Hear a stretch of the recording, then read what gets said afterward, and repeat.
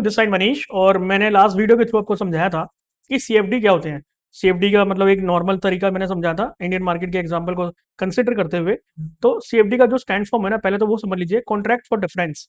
Meaning क्या होता है? A contract for difference is a financial derivative that allow trader to speculate on the particular price movement of the asset such as stocks, commodities, indices, forex और cryptocurrencies without actually owning the underline asset.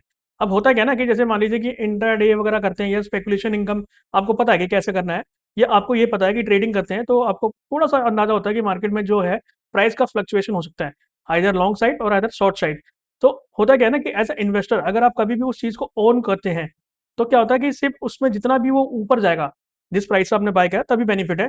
लेकिन being a trader इसमें क्या होता है कि जैसे जैसे price नीचे जाएगा, जैसे जैसे प्राइस ऊपर जाएगा, अपने पर्टिकुलर किसी भी रेजिस्टेंस या सपोर्ट से, तो हम उस पर्टिकुलर पॉइंट में जो डिफरेंस होगा एंट्री के बाद वो अर्न कर सकते हैं बोथ साइड।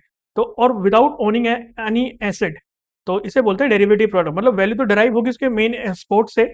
स्पोर्ट जैसे कि मान लीजिए कि आप रिलायंस में काम कर रहे हैं तो वो स्पोर्ट हो गया, लेकिन जो रिलायंस का फ्यूचर या ऑप्शन होगा वो डेरिवेटिव पार्ट होगा।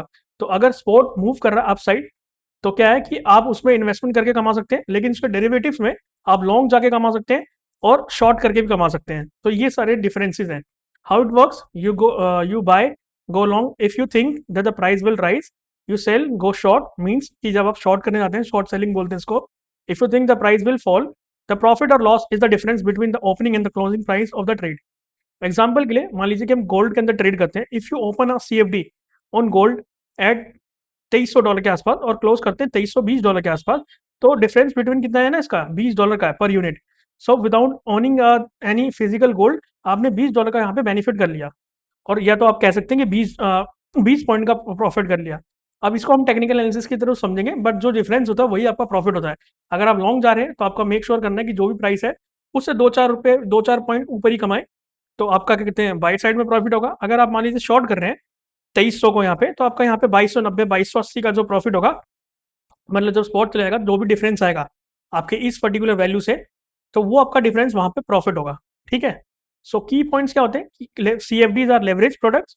You can control a large position with the small capital, क्योंकि आप यहाँ पे लेवरेज ले लेते हैं। They carry high risk, losses can exceed deposits. मतलब अगर आपका जो डिपॉजिट्स है आप उसमें हाई लेवरेज लेके काम करते हैं तो वो आपका स्टॉप आउट भी हो सकता है, ब्लो भी हो सकता है। तो आपको ध्यान रखना है कि आपको लेवरेज कौन सा रखना है।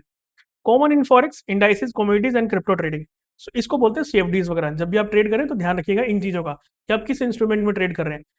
ठीक है। तो अभी के लिए इतना ही, ये समरी था सीएफडी का। अब नेक्स्ट वीडियो के थ्रू मिलते हैं आगे।